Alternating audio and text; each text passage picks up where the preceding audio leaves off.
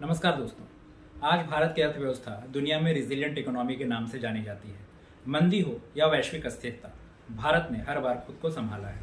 लेकिन अब सवाल यह है, क्या सिर्फ रिजिलियंस ही काफ़ी है या अब हमें चाहिए रिफॉर्म ड्रिवन एक्सीलरेशन। भारत की मैक्रो स्टेबिलिटी वाकई काबिल तारीफ है। जीडीपी ग्रोथ 7% के आसपास, फिजिकल डेफिसिट नियंत्रण में और इन्फ्लेशन मैनेजेबल। और रुपये ने हाल ही के झटकों को झेला भी।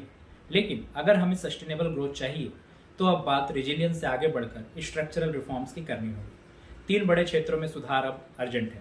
पहला, लेबर प्रोडक्टिविटी और स्किल्स डेवलपमेंट, क्योंकि सिर्फ युवा आबादी काफ़ी नहीं, स्किल्ड वर्कफोर्स जरूरी है।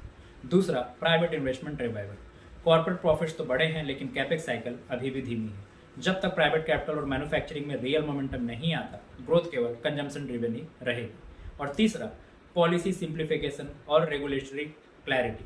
व्यवसाय करने की आसानी यानी ईज ऑफ डूइंग बिजनेस में ग्राउंड लेवल रिफॉर्म्स अभी भी अधूरे हैं।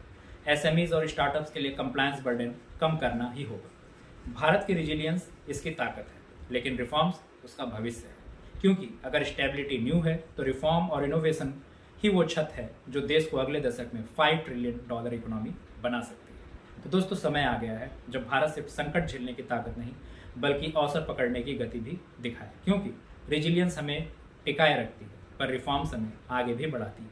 Thank you.